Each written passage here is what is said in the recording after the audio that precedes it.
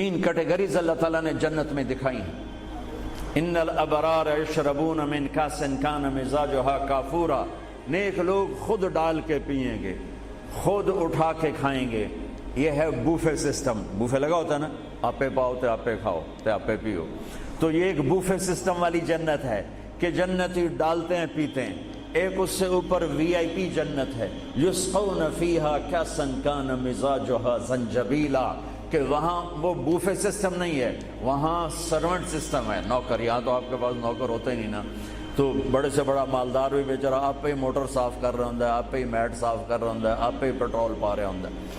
تو کئی سال پرانی بات ہے، ایک نوجوان نے مجھے اپنی گاڑی میں بٹھایا، یہیں تمہارے انگلینڈ. مجھ سے کہنے لگا مولانا یہ 2.5 لاکھ پاؤنڈ کی گاڑی ہے. میں نے کہا اس کے میٹ کون دھوتا ہے؟ کہا ہم خود ہی دھوتے ہیں. میں کہا ساڑی سزوکی توڑے کول چنگی ہے، ساڑا ڈرائیور دھوندا ہے سارے. تو یسقون فیہا کاسا کان مزاجھا زنجبیلا، ایک وی آئی پی جنت ہے جہاں پلانے کے لیے نوکر ہوں گے، جہاں پلانے کے لیے فرشتے ہوں گے، جہاں پلانے کے لیے جنت کی لڑکی ہوں گی. میرے نبی کا فرمان ہے جنت کی لڑکی 7 سمندر میں تھوک ڈالے.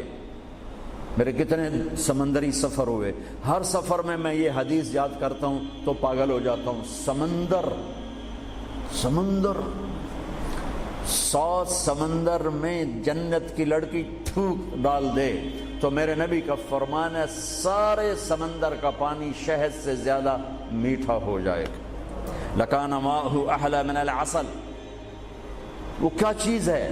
سورج کو انگلی کے فنگر ٹپ دکھا دے تو سورج اللہ کی قسم نظر نہیں آئے گا. جیسے سورج کے سامنے ستارے غائب ہو جاتے ہیں، چہرہ نہیں، صرف فنگر ٹپ کے سامنے سورج غائب ہو جائے گا تو اس کا چہرہ کیسا ہوگا، اس کا ہاتھ کیسا ہوگا. بِأَيِّ بَنَانٍ تُعَاطِيهِ. میرے نبی کا فرمان، کن ہاتھوں سے تمہیں پیش کرے گی جام کہ اس کی انگلی کا ایک فنگر ٹپ سورج کو دکھا دو، سورج نظر نہ آئے، وہ پیش کرے گی.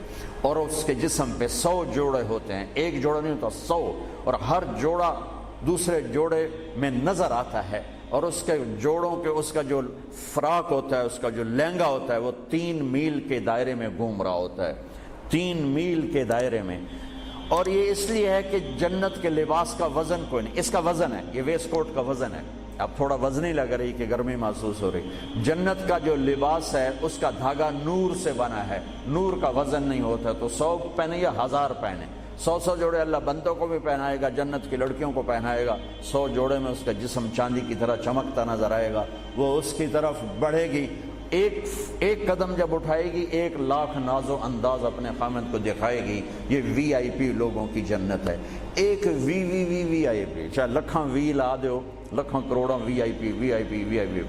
ایک سب سے بڑی جنت ہے جس میں سارے غریب لوگ ہوں گے، مالدار بھی ہوں گے پر تھوڑے، غریب زیادہ ہوں گے. ریڑھی والے، تانگے والے، رکشے والے، ٹھیلے والے، وہ سب سے وی آئی پی جنت میں ہوں گے کہ وہاں جو پلانے والا ہوگا، نہ حور، نہ خادم، نہ فرشتے، نہ بیگم، نہ بیوی، نہ نوکر، وہاں پلانے والا اللہ خود ہوگا.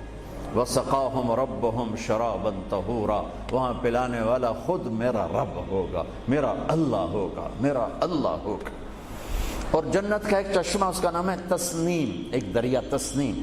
باقی سارے دریا چشمے زمین پر چلتے ہیں، جو تسنیم ہے وہ زمین پر نہیں ہے، وہ ہوا میں چلتا ہے. تسنیم کہتے ہیں سنام ہوتی اونٹ کی کوہان ایسے. تو وہ پانی یوں چلتا ہے، یوں چلتا ہے، یوں چلتا ہے، اور ہوا میں چلتا ہے. ہوا میں نہ ادھر گرتا ہے نہ ادھر گرتا ہے. سبحان اللہ، پتہ نہیں کیا چیز اللہ نے بنائی.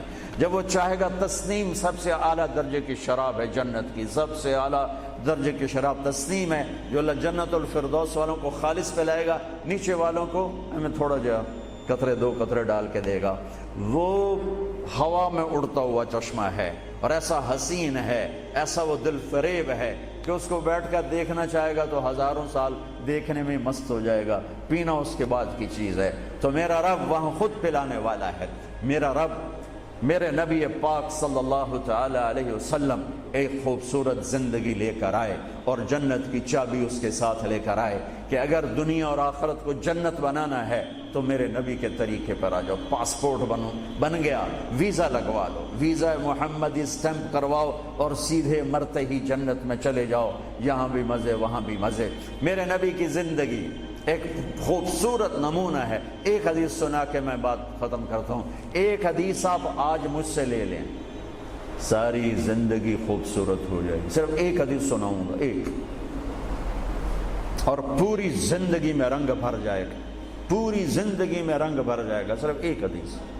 میرے نبی نے فرمایا اربع اذا كانت فيك لا يضرك ما فاتك من الدنيا اربع من كن فيه ما ضره ما فاته من الدنيا.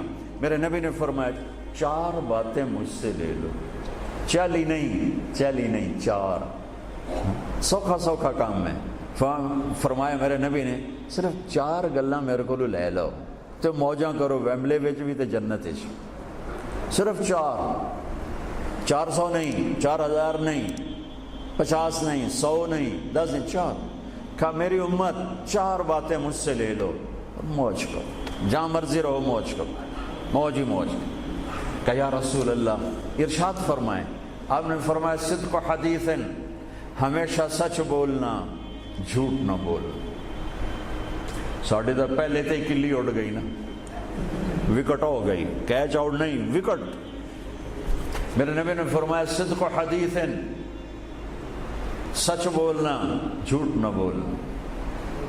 حفظ امانت، کبھی کسی کو دھوکہ نہ دینا، کبھی کسی کے ساتھ 2 نمبری نہ کرنا، ہمیشہ دیانتداری کے ساتھ چلنا، ہمیشہ دیانتداری کے ساتھ چلنا، کسی کو دھوکہ نہ دینا، کسی کے ساتھ فراڈ نہ کرنا.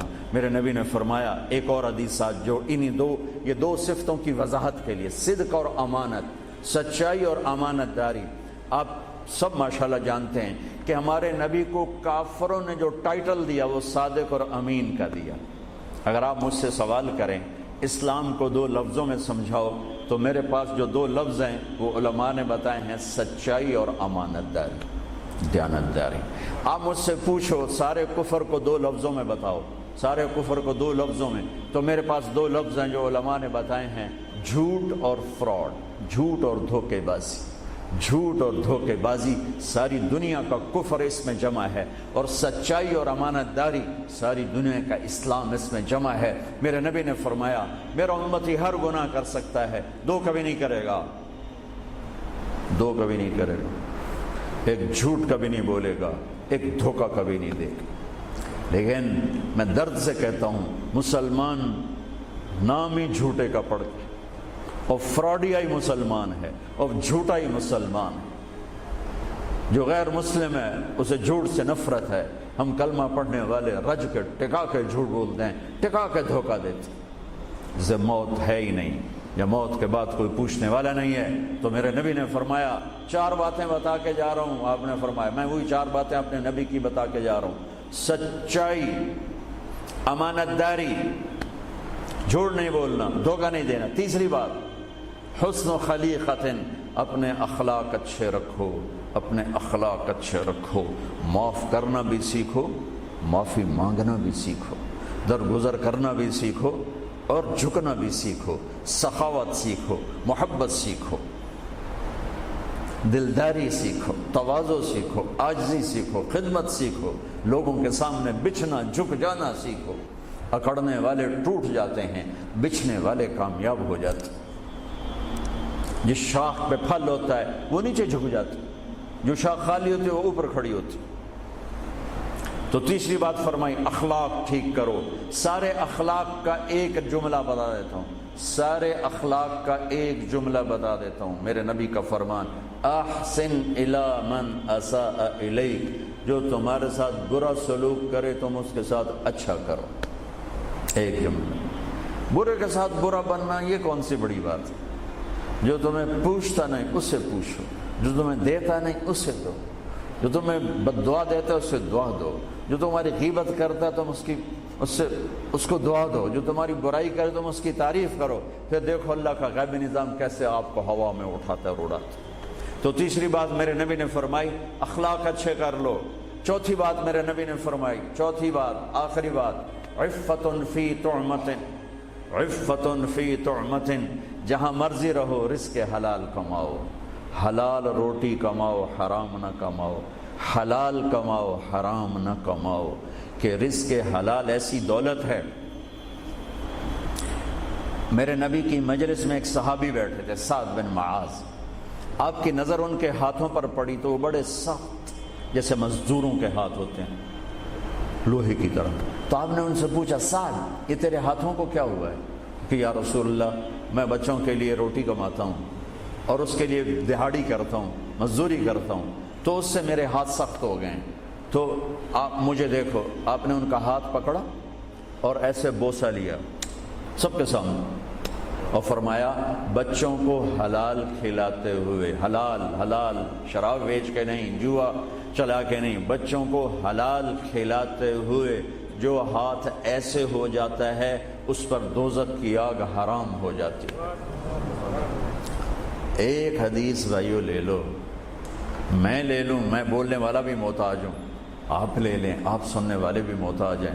اللہ کی قسم دنیا بھی ہماری بن جائے گی، آخرت بھی بن جائے گی۔ تبلیغ کا کام ان خوبصورت صفات کو سیکھنے کی محنت ہے۔ آپ سب سے گزارش کرتا ہوں کہ اور زیادہ نہیں تو مہینے میں 3 دن ضرور آپ جایا کریں تبلیغ کے ساتھ، انشاءاللہ اس سے آپ کو بہت فائدہ ہوگا، بہت خوبصورت زندگی نصیب ہوگی۔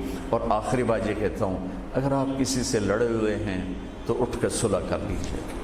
اچھے 4 باتوں میں ایک بات ہے اچھے اخلاق، اور اچھے اخلاق والا کسی سے لڑ کے بیٹھ نہیں جاتا، اس سے راضی ہو جاتا ہے، اس کو راضی کر لیتا ہے۔ اگر آپ جہاں انسان رہتے ہیں وہاں جھگڑے بھی ہوتے ہیں، کسی سے آپ ناراض ہیں تو معافی مانگ لینا، معاف کر دینا، تو اللہ آپ کے پچھلے سارے گناہ معاف کر دے۔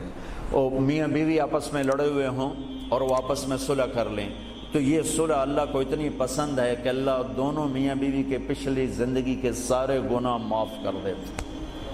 تو بھائیو محبت سے رہو، پیار سے رہو، اپنے نبی کی زندگی کو سیکھتے سیکھتے چلو، انشاءاللہ دنیا بھی ہماری ہے، آخرت بھی ہماری ہے۔ السلام علیکم۔